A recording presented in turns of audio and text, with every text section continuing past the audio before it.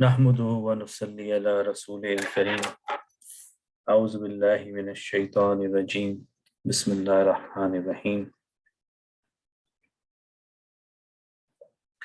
Alhamdulillah, once again we are here and recording session number 515, which is the third session after we break from the class. And if you have been following in this lesson, we are going to talk about how to make a nominal sentence into a negative sentence. And what is the meaning of a negative sentence? I'll explain to you. However, keep in mind there are several words or huruf which are used to make a sentence negative. For example, you must have seen in the Quran laysa, and you must have seen ma, la, la'at, in. In this session, we are going to focus on the ma only, and the other words or other huruf we will discuss in some future advanced course because they require some sort of condition for them to make a negative. So in this lesson, we will study ma. The other particles, when you use, require conditional logic for their application. So we are only going to focus on ma. So we have been dealing with a nominal sentence, which is a jumla ismiya, jumla ismiya. And we have been working with this one specific jumla, Zaydun salihun, meaning Zayd is righteous. So this is a positive sentence, and in Zaydun is mubtada, salihun is the khabar. Now, if we want to say that Zayd is not righteous, which is a negative sentence, I'm going to add ma to the beginning of the sentence. So just to show you, ma Zaydun salihun. So I just copied over the same sentence here that I intend to use ma to this nominal sentence. However, if you remember from the previous lesson, that when we created the emphasis in the sentence, like for example, when we use the word inna, so what happened? There was some structural changes happened to the mubtada and khabar, meaning when we used inna, Zaydun become Zaydan. So when you're creating an emphasis, the word inna change the mubtada from rafa to nasab. However, in the case of negative, when you're using ma, you will notice that ma zaydun salihan, meaning over here it was the rafa, but here the khabar changed into nasab. So ma also changes the structure of the nominal sentence. And it also, it changes the khabar from rafa to nasab, okay? And it takes the ownership, meaning I can no longer call Zaydun as mubtada and khabar as khabar. I would call it ismu ma, khabaru ma, the way we said ismu inna, khabaru inna in the previous session. So that concept should still be very fresh in your mind. So basically what I'm saying, when you have, and what is the meaning of ma Zaydun salihan? Zayd is not righteous. So that is the negative. Okay. So what we have learned so far, that if I have a nominal sentence, how do I make a nominal sentence into a negative sentence? For that, I have a bunch of words like laysa, ma, la, la'at, in. And in this session, we are only going to focus on ma. So when ma is added normally in the beginning of a sentence, and it changes the khabar from rafa to nasab, and that is how we become ismu ma and khabaru ma, and the meaning becomes Zayd is not righteous. Now, just to give you another direction or dimension, in Arabic, the words are used in multiple scenarios. So ma has many meanings. So in this scenario, it is the meaning of not, right? Ma is also used for question, and that means what. And ma is also known as whatever. Okay. So not, how would you know that the ma you're looking at is negative? When you see the khabar in nasab. So the indication will be khabar is nasab. Okay. So when it's a question, we can say something like this: ma haza, meaning what is this? What is this? Right? And we have heard also the verse in the Quran, wama fil ardi wama fis sama. So whatever is in the earth and whatever is in the heavens belongs to Allah. Right? So I hope that gives you some context in ma. So how do I know that the ma I'm looking at is negative? Is first of all, it starts in the beginning of the sentence, and also the khabar is going to be in the status of nasab. So this is clear, and I'm sure because of the video you can watch it again if you're not clear. But I'm going to move on to the next page. And in the next page, what I want to share with you is also equally important, that if we have emphasis, so we are going to learn how to create emphasis in a negative nominal sentence. Now, in the previous session, we learned how to create emphasis in a regular or a positive nominal sentence. In this case, if we are creating a negative sentence, then we should be able to create emphasis in it. So for that purpose, we are going to add this letter ba or the B, which is the preposition. Preposition. Okay, we see it like this. Yeah. Now this letter ba, the meaning of it is with or in. Okay. So if I say ma zaydun bi salihin, why did I change this? Because when we had the negative sentence, we said ma zaydun salihan, because ma changed the khabar into nasab. But when we add this letter ba, and we know that letter ba is a preposition, and we know that anytime a preposition is followed by a noun, that noun goes into the status of jar. And anything in the status of jar is known as majroor. So the letter ba is harf jara and salihin is majroor. Why? Because salihin is wahid, and we know that in wahid we can look at the last letter and the harakat tells me whether it is jar or nasab or rafa. So what will be the translation of ma zaydun bi salihin? Zayd is surely not righteous. So we're not going to do the translation with or in, but when we use it in this style, this ba is actually creating this emphasis where we're saying Zayd is no doubt not righteous. Zayd is definitely not righteous. Okay, or Zayd is surely not righteous. So we're creating the emphasis in our sentence, in a negative sentence, that some person, in this case Zayd, is not a righteous person. So when I said Zayd is not righteous, I did not create any emphasis. But if I say Zayd is surely not righteous, then I am creating emphasis.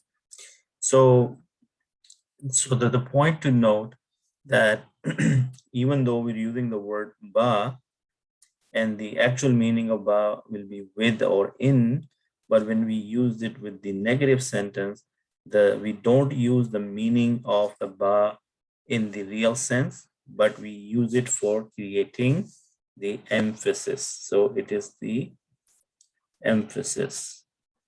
So we're not going to create Zayd is with not righteous or Zayd is in not righteous. So we're not going to use the true meaning of the letter ba, which in normal sense, this is the meaning it gives, right? Like when we say Bismillahi, that means in the name of Allah or with the name of Allah. So I hope you get the point. So when we use the letter ba in this fashion, we don't translate the meaning of ba. This kind of ba is known as ba zaida. Zaida, meaning it will create emphasis, but its meaning will not be used, as I just explained to you. So let me give you an example from Quran depicting this style of sentences. That if you remember Rasulullah sallallahu alaihi wasallam, when he was given the prophethood, and Allah subhanahu wa ta'ala told him to go and start, giving the message of Islam. So you remember in the beginning, people were really harsh with him. And before the prophethood, he was known as the Sadiq and Amin, and people were really fond of him, and people had a lot of respect for him. But when he started giving the message of Islam, people went really harsh on him, and there are a lot of occasions when they start calling him a madman, like he's crazy. In Arabic, we will call it anta majnoonun. Anta majnoonun means you are crazy, a madman. Okay, so if I want to make a negative of that, I am going to say ma anta bi majnoonan, right? Ma anta majnoonan, because I am going to take it into nasab, but that will be you are not a crazy man, you are not crazy, or you're not a madman. But if you want to create emphasis, I'm going to say something like this: ma anta bi majnoonin. Ma anta, add the letter ba here for the emphasis. That means you are surely not crazy or a madman. Okay, so in Surah Al-Qalam, Allah subhanahu wa ta'ala, see again, before I get there, think about this. If you're trying to do a good job or something nice and people misunderstood you and they say hard things to you, you're going to feel depressed, you're going to feel sad, and you're going to feel discouraged.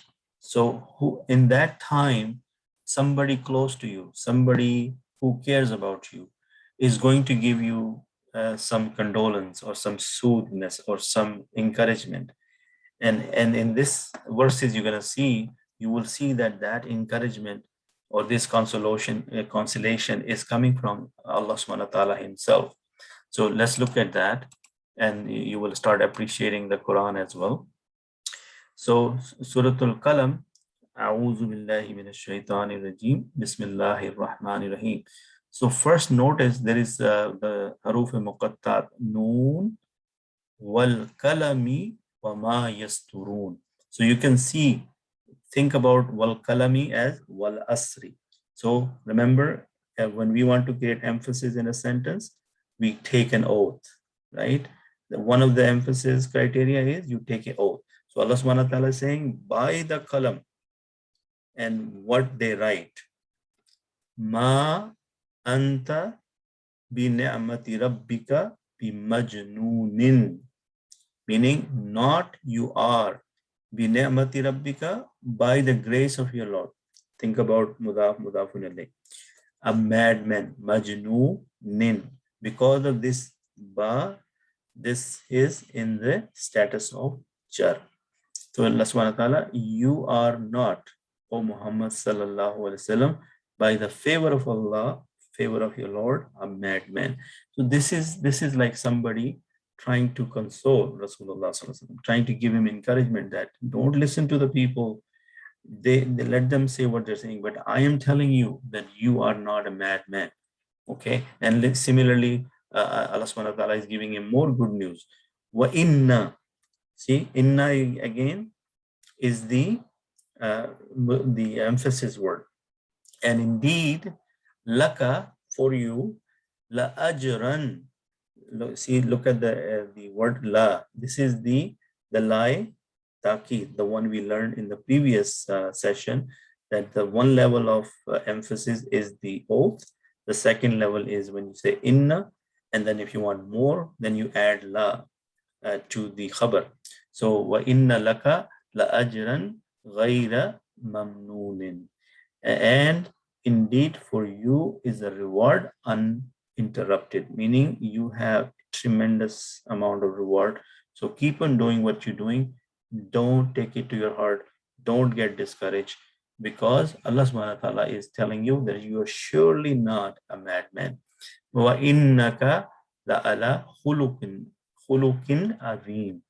And indeed, surely are you of a great moral character.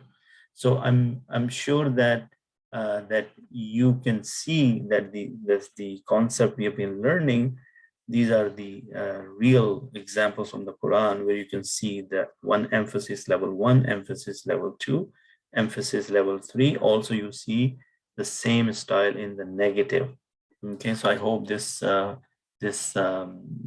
improves your appreciation of the Quran as well. And then Allah subhanahu wa ta'ala is saying, فَسَتُبْصِرُوا وَيُبْصِرُونَ. So you will see and they will see. Meaning, be patient. Inshallah, they will see who is the madman, who is the crazy one. So I hope and I pray that Allah subhanahu wa ta'ala guide us to this knowledge. So inshallah, this will be something you can look at your own and ponder. So let me go back to my camera for a second. So over here again, I'm going to see similarly, I wrote that same ayah here, Ma anta bi ni'mati rabbika bimajnunin. So we know that the letter ba is harf jar, so ni'mati will be majroor because it's a noun. Rabbika mean your Lord, that is mudaf, mudafun ilayh. Bimajnunin is the khabar, and anta is the mubtada, and ma is the negation. So inshallah, also you can translate this in this or analyze it like that. Okay. So if I give you some more examples, then we know that we can do examples with numbers. Okay, what does that mean?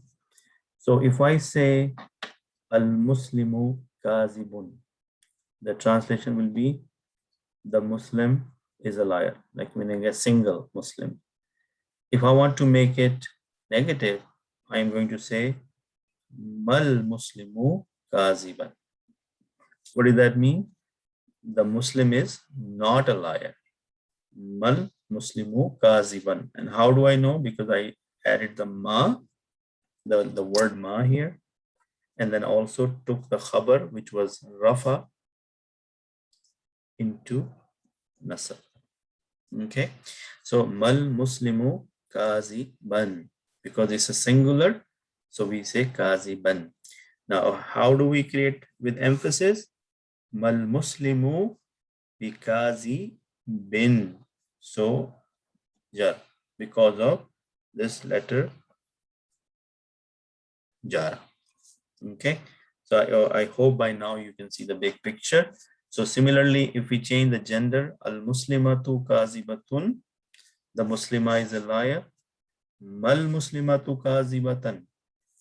Kazibatan, why? Nasab.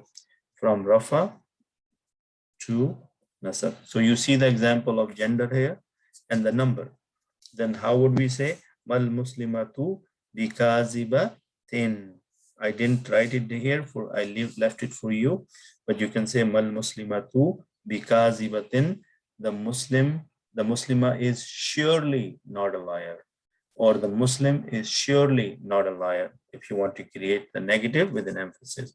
If I go to the dual, which is kazibani, al-muslimani kazibani.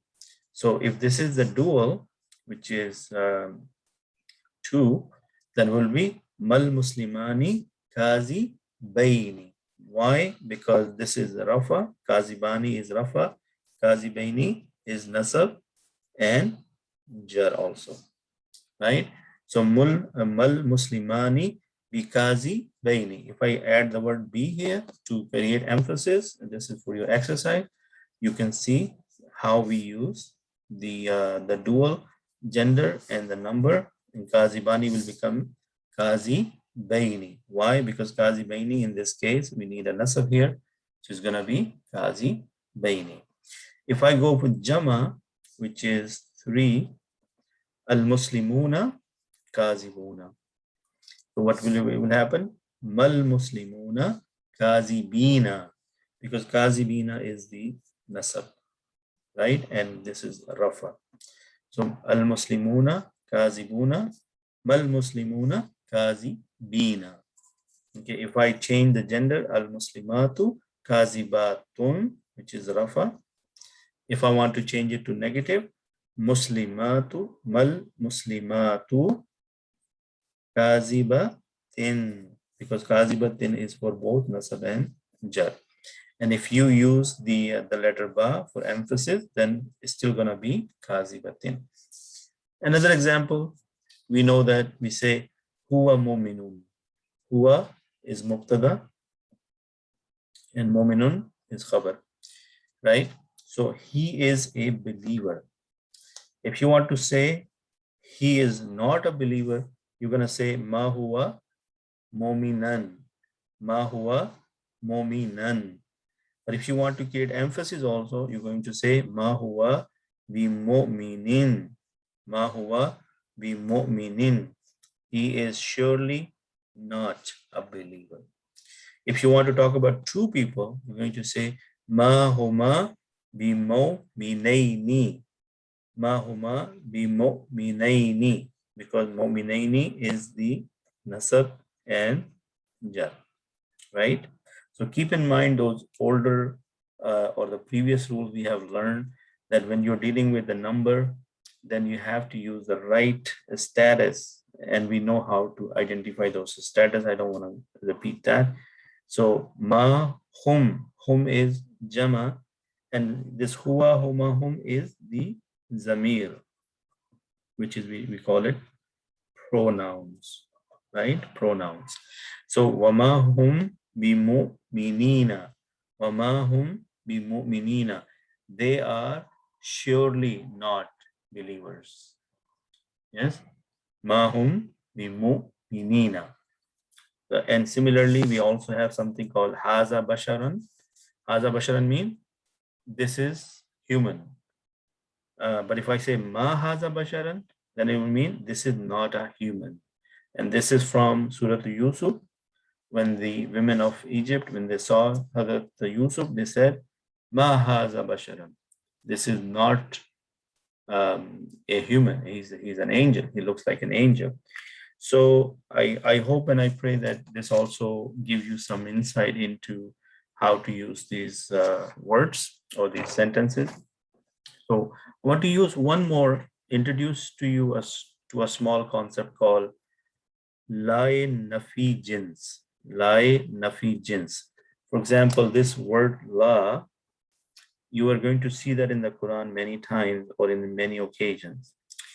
And the word, the scenario I want to discuss where this la is known as Lai nafi jins.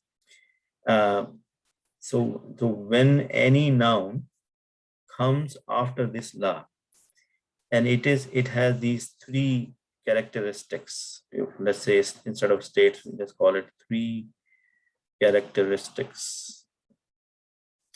First is, it's in the status of nasab. Anything in the status of nasab will be mansoob. It's nakira. Okay, and there is no tanween. Then this la will be identified as lai nafi jins. For example, in Surah Al-Baqarah, we know we say zalikal kitabu la raiba fihi. So you can see after this la, there is a noun raiba, and it is mansoob because it's in nasab, and it is nakira. There is no al here, and there is no tanween. I don't have raiban. I have only raiba. So these 3 conditions are met in this ayah. So you can see that this is lai nafi jins. So what is the purpose of this? How do we interpret this? So the word raiba means doubt. Okay, when we use lai nafi jins, the purpose of this particle la, when preceding a noun in Arabic, generally negates the entire category. It can, however, be used to prohibit an act implied by the noun. So just to give you an idea, raiba means doubt. If I want to negate everything about doubt in your mind, I am going to use la nafi jins, meaning there is no doubt at all. If you have no sign of doubt in this book, in which book? The Quran. So this style of writing mean Allah subhanahu wa ta'ala is negating all kind of doubts just by adding this word la. Okay, and giving these three characteristics in the Arabic language: mansub, nakira, no tanween. So that means there is no doubt at all. Doubt does not exist. Any kind of doubt is not present. So I hope now you can see the big picture that what is this la in Ephesians meaning? It completely negates the meaning of the noun. So if the noun means doubt in this scenario, then bringing the la in the beginning and giving these three characteristics to the noun, we are basically negating everything about the entity raiba. So meaning if it doesn't exist. So this is what Allah subhanahu wa ta'ala is saying in this little ayah, that zalikal kitabu, this is the book, la raiba fihi, in this there is no doubt whatsoever. Okay, so now if you understand it this way, you will appreciate the meaning of the ayah, that Allah subhanahu wa ta'ala in one little sentence is saying, when you're reading, when Quran is in front of you and you're reading this book, there is no doubt whatsoever. La raiba fi. So if you have any doubt in your mind, take all those doubts out of your head, because in this book there is not a single iota of doubt. So I hope you get that. Similarly, you can see La ilaha illallah. That means there is no God but Allah. So it's also negating the word that there are no other gods, only Allah. Okay, and in Surah Al-Baqarah, there is also another ayah called La ikraha fid din. Ikraha means compulsion or forcefulness. So they're saying there is no compulsion in deen, meaning you are free to do what you want to do. Nobody can force you to do anything. So the la ikraha, that means it completely negates the meaning of ikraha. Okay, so there is no compulsion in your deen. Okay, so I hope this little concept will come in handy when you are looking at Quranic verses next time, that you see the la and then you see our noun coming after it, and you see the noun is in mansub, is nakira, tanween, then you know that it is going to negate the entirety of this, the meaning of this noun. And I give you a very good example of la raiba. Okay. So with this, I have concluded the lesson. I want to talk about a few things that some of my students, when I had an opportunity to talk to them, somehow most of you have missed the notification of the lessons I've been sending. So as you can see, this is my third lesson. So the way it works is I make the recording and I give it to Brother Anwar, and Jazakallah khair to him. He go ahead and put it on the YouTube and the Facebook, and then he posts the links in the WhatsApp group.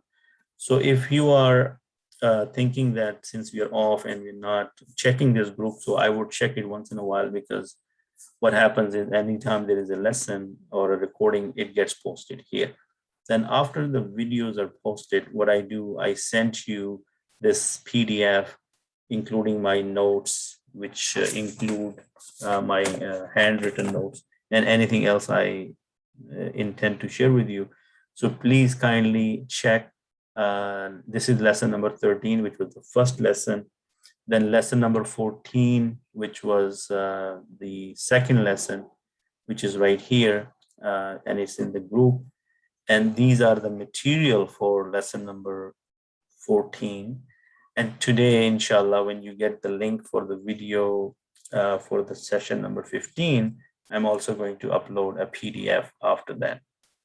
So please try to check it out. Now, before I let you go, as usual, we we do our Quranic study, one verse or some of the verses. So today I have picked this one ayah from Surah Al-Baqarah, and I would like you to ponder on it. And I've also opened the tafsir here. And I'm going to just read to you the translation and also try to share the concept which is discussed in the ayah. It's a very profound ayah. It's also have a name. It's called Ayatul Bir. Bir mean righteousness. For example, you can see here Al-Bir. Al-Bir mean piety, righteousness. Urdu में हम कहते हैं नेकी. कि नेकी क्या है?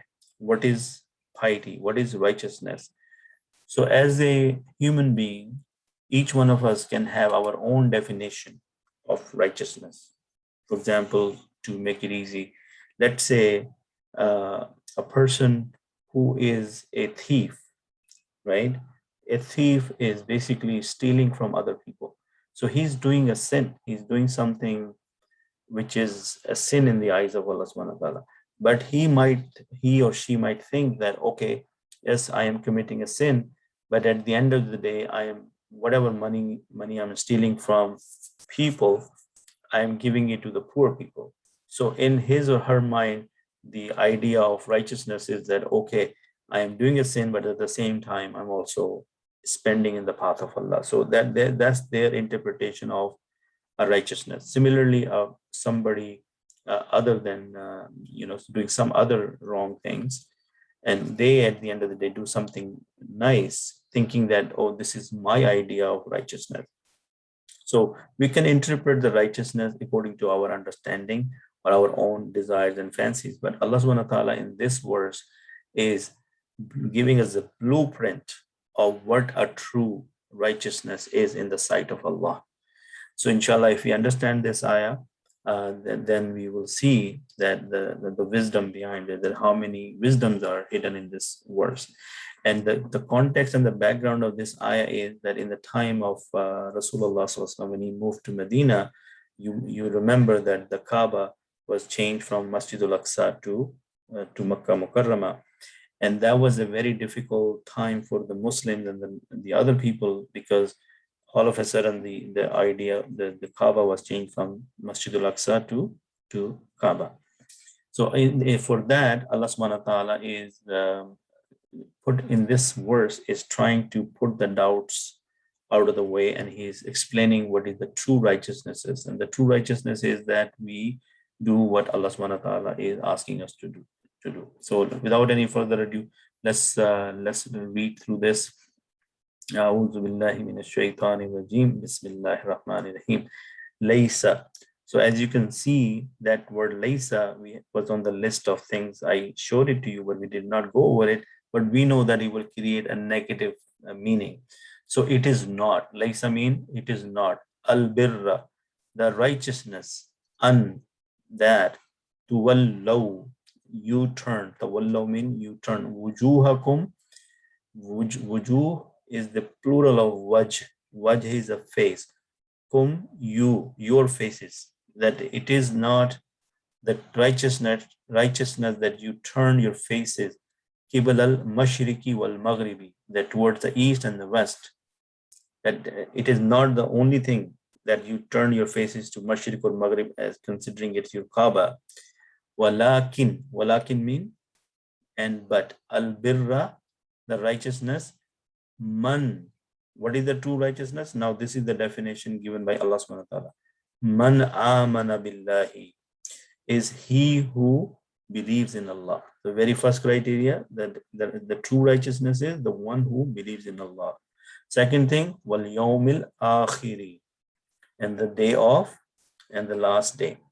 Wal malaikati, and the angels. Wa kitabi wal kitabi wan nabiyina, and the book and the prophets.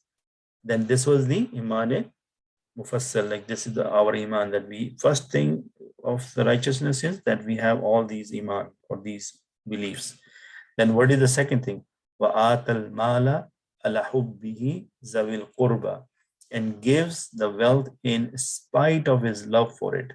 Do we all love money? no doubt yes, we do. And this is the most hardest thing to give away. But why we give it away? Because we are seeking the pleasure of Allah.